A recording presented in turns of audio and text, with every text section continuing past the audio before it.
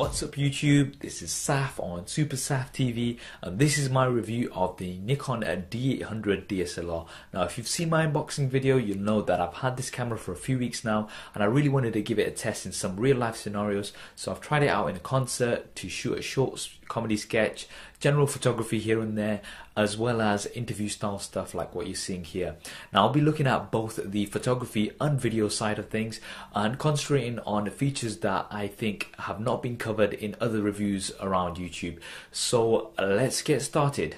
To begin with, a feature that cannot be ignored, which is the 36.3 megapixel massive resolution, and this is the largest resolution of any DSLR on the market currently. And you know what, it's absolutely great. The amount of detail and resolution that you can capture in an image is absolutely great, and the option of also cropping into an image later on and still maintaining that resolution is a very big advantage. Obviously the downside here is the huge file sizes. Now you're looking at roughly 70 to 80 meg per file size, and that's roughly 100 images on an 8 gig card. Now this is where the dual memory card slots really come in use, because you've got the CF and SD card slots, which are very useful in this case because of the huge file sizes, so you can fall over to another card. What you've got also is the option of selecting small, medium and large in JPEG and TIFF. You can't do that in RAW. Now what that allows you to do is get a lower resolution, because you don't always need the 36.3 megapixels resolution. Obviously in RAW it is just the full resolution that you can capture. What I would have liked is if there was a scale down option to capture RAW at a smaller resolution, because you don't always need the 36.3 megapixels, but nevertheless a very good feature. The autofocus on the D800 is absolutely great. 51 autofocus points, and I think generally for all Nikon cameras, even the entry-level ones with just 12 autofocus points, you get very good and accurate autofocusing. And this is one of the reasons why I could not get along with the Canon 5D Mark II in terms of photography, is because it had 9 autofocus points, which wasn't bad, but the focus was hit and miss, and I've never had that issue with any of the Nikon cameras I've used, and on the D800 it performs exceptionally. Low light performance on the Nikon D800 is very good in my opinion. I usually don't shoot higher than 3200 ISO, but I have tried it on 6400 and it still produces usable results. So you do start seeing some grain at that level, and I've seen on other reviews that the Mark III, Canon 5D Mark III and the Nikon D4 perform better in low light, but in my opinion the D800 performs very well. I usually have a flash gun or some sort of external lighting when I do go out, so it's not really a huge problem for me anyway, but it does perform really well in low light in my opinion. Looking at the image quality that the D800 produces, very sharp images, and that's one thing that I love about Nikon cameras, is the sharpness of the images in terms of photography and video, the output that you get. Canon cameras I find are slightly softer, especially on the video side of things. Some people prefer that. For me, sharpness is key, and the D800 produces very sharp and crisp images, which I really like. The body and the layout of the D800 is positioned very well. All buttons are within a finger's reach. In terms of photography, video not so much, I'll go into that a little bit later on, but things like the ISO, bracketing, quality of image, shutter speed, all of these things are really easy to change when you're shooting, and that's a really big advantage. It's been laid out really well, not so much for video as I mentioned, but I'll go into that a little bit more later. Okay, now talking about the video, one of the key features on the D800 is the video mode, and in my experience I found it to be really good, and I'm really impressed that Nikon have finally upped their game in terms of the video side of things on DSLRs, and the D800 produces very good quality video, although the internal recording is at a maximum of 24 megabits per second, and comparing that to the 5D Mark III, which has a maximum of around 90 megabits per second, it may seem pretty low, but the quality is really good. And obviously if you want to go for a high bit rate, you've got the external HDMI out, which gives you a clean uncompressed feed, which other DSLRs do not offer. Just the D4 and the D800 currently do, and that gives you a nice clean feed which you can record onto an external device. I was going to buy the Atomos Ninja, but after spending all my money on the D800, didn't have anything left, so maybe I'll get an at a later point and do some tests on it, but that is a really good option that Nikon have offered. Image area selection is a great feature on the Nikon D800 DSLR, and that allows you to switch from FX to DX mode, which gives you a 1.5 times crop and lets you come in closer to the subject and still maintain that 1080p resolution. Let me show you a quick example. We're currently filming at 50mm focal length with the default FX mode. Now, when the DX mode is switched on, as you can see, we've got the 1.5 times crop at full resolution.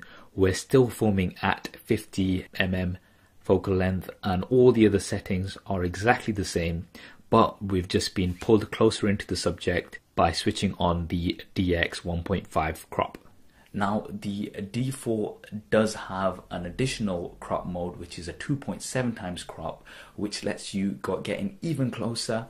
Now, this is not available on the D800. I'm not sure why they did not include this. It seems like a pretty logical thing to have on the camera. Maybe it was to give the D4 an additional feature, I don't know. It would have been great to have it on here, but nevertheless, the DX crop mode does help out a lot. Okay, now looking at the audio of the camera, obviously you've got the headphone out jack. You can actually hear what you're recording. How great is that? Finally, the DSLRs now have this feature. You've also got the audio level indicators and controls, and the stereo mic on the camera is actually very, very good, and the quality that you get is usable. What I have found though is when using an external mic into the camera, such as the Rode video mic, which I've been using for the Canon 5D Mark II for some time, you do get a lot of background hiss, and I'm not sure why that is. Let me show you a quick example here.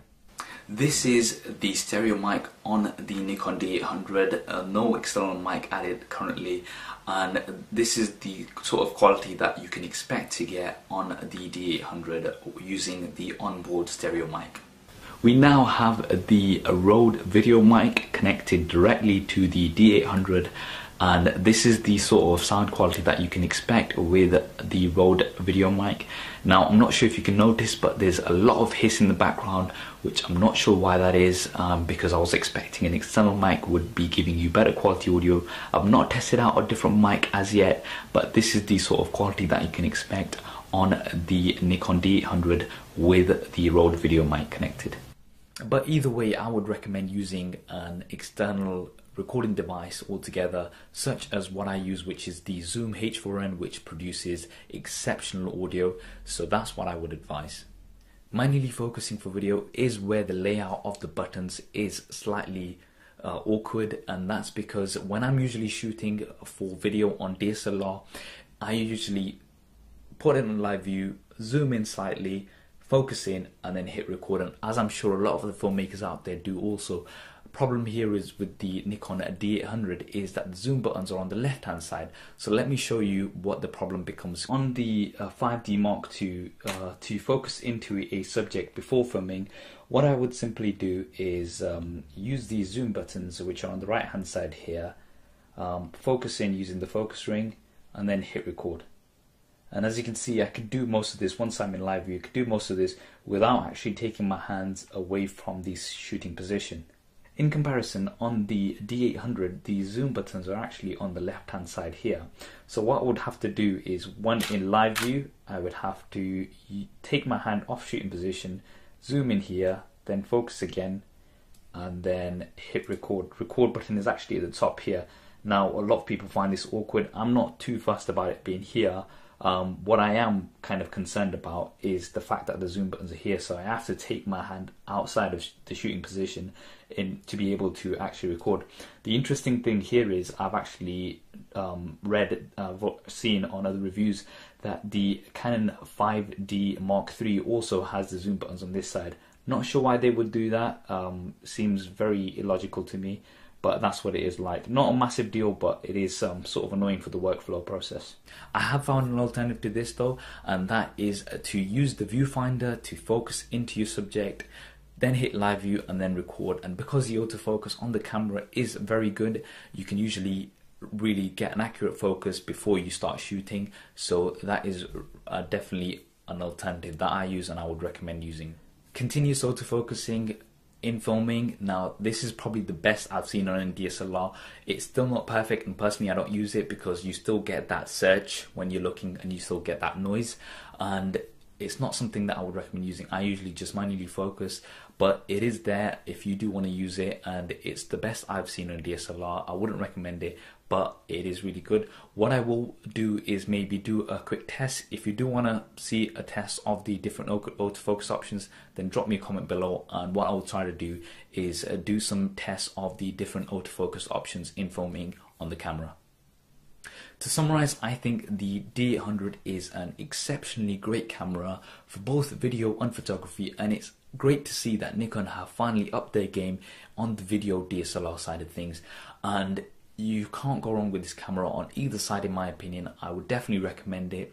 If you are still undecided about whether to get the D800 or the 5D Mark III, and you are going to be using the DSLR just for video, then I would recommend checking out Philip Bloom's review, in which he compares the Nikon D800, the Canon 5D Mark III, as well as the Nikon D4. So I definitely recommend you go check that out. I'll put a link in the description below. I hope you found this video useful. If you did, why not subscribe to the channel? Hit the button here, and I'll be posting a lot more videos whenever I get a chance on the channel with the D800, so do subscribe. This is Saf on Super Saf TV, and I'll see you next time.